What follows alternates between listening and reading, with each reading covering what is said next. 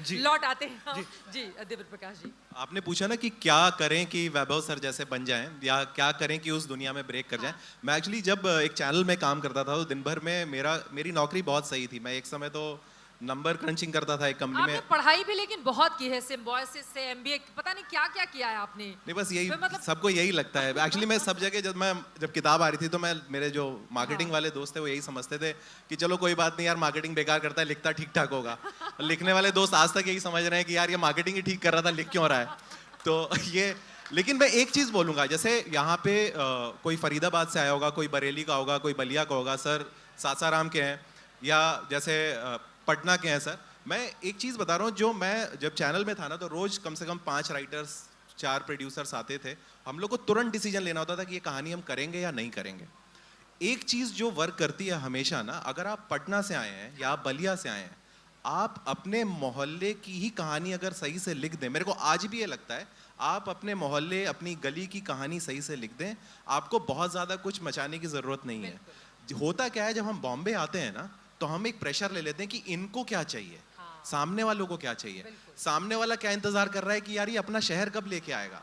और उस चक्कर में कंफ्यूजन रहता है बहुत बार। अगर आप अपने ऑनेस्ट हैं उस गली मोहल्ले स्कूल शहर से, तो आपको बस वही चाहिए। आप अपना जयपुर छोड़ के मत आइए, लेके आइए, ये अपना दिल्ली लेके आइए। लेकिन बहुत सारे लोगों के मन में देखिए एक ये वाली एक हीन भावना, जिसको अगर मैं कहूँ, जो छोटे शहरों के बच्चे होते हैं, जो हिंदी मीडियम में खास तौर से पढ़ाई किए होते हैं, जब वो मुंबई की दुनिया में जाते हैं जी, जब वो मुंबई की दुनिया में जाते हैं तो एक अलग ही दुनिया उनको नजर आती है। तो उनको लगता है कि हम जो समेट कर आए हैं वो कौन सुनेगा यहाँ पर। तो वास्तव में ये जो भ्रम बना हुआ है मुंबई को लेकर, लोग सुनने वाले हैं वहां पर, मौके मिलते हैं क्या जो युवा पीढ़ी है उसको?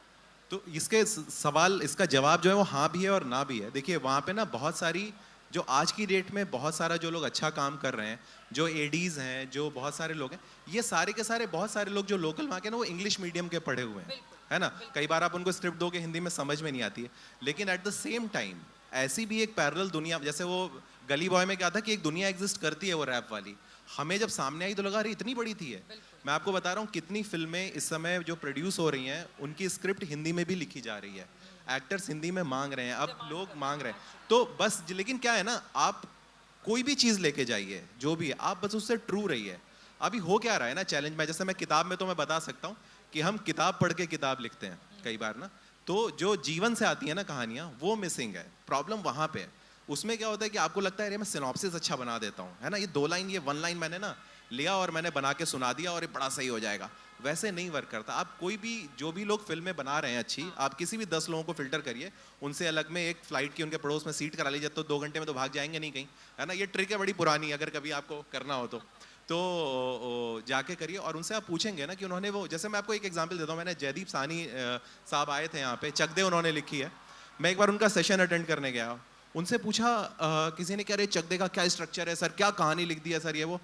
और जयदीप साहब ने कहा कि जब एडवर्टाइजिंग में वो काम करते थे दिल्ली में, तो वो फीमेल हॉकी टीम का कुछ रिसर्च किया था उन्होंने, और वो उनके पास गए तो वहाँ पे उन्होंने बोला कि भैया हमारे पास ये बाहर जाने के लिए आप तो इतनी सारी ब्रांड्स के साथ काम करते हो, आप ये करवा दो। तो उन्होंने कहा हाँ यार ये तो बड़ा छोटी चीज़ है, मैं करवा दूंगा। वो गए एक ब्रांड के पास, दूसरी के पास, तीसरी के पास, हर ने कहा अरे यार मेल टीम का ले आते हैं ना, क्रिकेट टीम का ले आ दो यार, कर देंगे, कितना भी बोलोगे स्पॉन्सर कर देंगे। तो जयदीप साहब ने कहा कि ये मेरा बदला है, मैंने 3 घंटे की एडवर्टाइजिंग फिल्म बनाई, मैं उन्हीं का लेक्चर कोट कर रहा हूँ।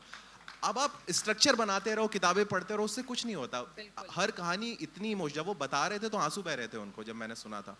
और इतनी ही पर्सनल जब तक नहीं है आपकी कहानी ना, तब तक उसको कोई भी ब्लफ कर सकता है। एक बस आखिरी चीज मैं बोलूंगा, मैं ज्यादा समय ले रहा हूँ। एक बार महेश भट्ट साहब आए हमारे ऑफिस, तो महेश भट्ट साहब ने एक से एक फिल्में, मैं कभी कभी हैरान रह जाता हूँ जैसी फिल्में उन्होंने 80s में बनाई हैं, उस समय कैसी फिल्में चलती थी और वो कैसी बना रहे थे। तो उन्होंने जो शब्द बोले थे वो तो मैं यहाँ पे नहीं बोल पाऊंगा वरना वो सेंसर हो जाएगा, लेकिन उन्होंने कहा था, मैं उसको घुमा फिरा के सजा के बताने की कोशिश करता हूँ, जो महेश भट्ट साहब ने उस समय बोला था हमारे ऑफिस में। उन्होंने कहा था जो स्क्रिप्ट है ना, ये कहते जब वो स्क्रिप्ट जाएगी ना तो पता चला हीरो का मूड ऑफ है, उस दिन उसकी गर्लफ्रेंड से लड़ाई हो गई है, हीरोइन का कुछ गड़बड़ है, जो कैमरा शूट करने आया है, जो डीओपी है, उसका कुछ चल रहा है कि यार तो पैसे का मैं फ्री में करवा रहे हैं मुझसे, कुछ भी कर रहे हैं।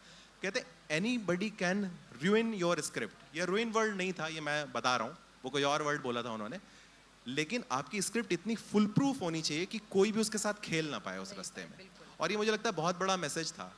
जब आप कन्विंस्ड है ना कि आप क्या दे रहे हो, तो फिर कोई नहीं। जैसे हम लोग कितनी बार, हम लोगों ने वैभव सर के साथ मैंने काम किया है, हम लोग कितनी बार लड़ते भी हैं, कितनी बार हम लोग, हमें पता है ना हम सही है ना, तो सामने वाले से लड़ जाते हैं, लेकिन हमें पता है ना हम ब्लफ कर रहे हैं ना, तो वो अंदर से आती ही नहीं है वो आग। हाँ, ये वैसा है। बिल्कुल सच बात है। और मैं तो सच में चैनल एक- साइड था, तो मैं सामने भी यही था, 2 क्वेश्चन पूछो ना तो ब्रेक हो जाता है वो सामने वाला। हम यही करते थे, हम साइकोलॉजिकली ही ब्रेक करते थे सामने वाले को, कि वो 4 सीरियल देख के बना के ला रहा है या फिर वो अंदर से कोई कहानी। हमेशा ना, इसीलिए जो एक और, मुझे लगता है मेरी उम्र ज़्यादा हो रही, मैं ज़्यादा ज्ञान दे रहा हूँ, लेकिन जब भी आप कोई कहानी लिखें, अगर आप लोगों में से कुछ लोग लिखना चाहते हैं, तो ये मत सोचें कि आपको क्या लिखना है, कैसे लिखना है। आप ये सोचिए कि वो कहानी आपको कहनी क्यों है।